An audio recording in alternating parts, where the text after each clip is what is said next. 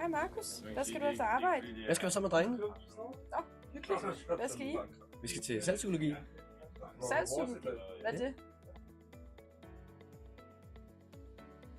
Har du råd til at gå ned på SU, mens du studerer? Nej tak. Det tænkte jeg nok.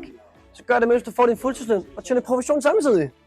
Nu skal du høre, i Nordlys investerer vi i din udvikling. Nu har du mulighed for at tage en 3-måneders akademifag i salgspsykologi. Det er en gang om ugen efter arbejdet. Målrettet, nemlig dig, der sidder i fronten og arbejder med kunder på en daglig basis. Nå, fedt. Er du glad for det?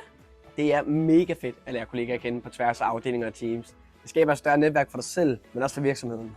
Derudover kan det skabe en personlig udvikling for dig, da du bliver bedre til dit arbejde. Ej, det lyder fristende. Hvordan kommer man med på det? Kravene er, man skal have gymnasial uddannelse, 2 års erhvervserfaring eller en erhvervsuddannelse. Og du skal have arbejdet i Nordlys i mere end 6 måneder. Men hvad hvis jeg ikke har en gymnasial uddannelse? Frygt dig. Hvis du ikke har en gymnasial uddannelse, kan du få taget en reel kompetencevurdering. Det er skolen, der tager et kig på dit CV og tager en beslutning derfra. Ej, det skal jeg da helt klart med på. Er der andet, jeg får ud af det? Altså, du får mere på CV'et, får 10 ECTS-point, så du kan bruge til en videregående uddannelse. Hvis du efterfølgende har lyst til at læse videre igennem Nordlys, kan salgspsykologi åbne op for en HD og andre akademifag som ledelse i praksis. Det skal jeg da helt klart udnytte. Det lyder som et meget overskueligt sted at starte.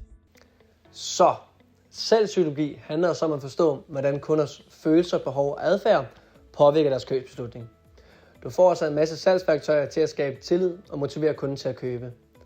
Så hvis du gerne vil høre mere om salgspsykologi, så tag fat i din nærmeste leder.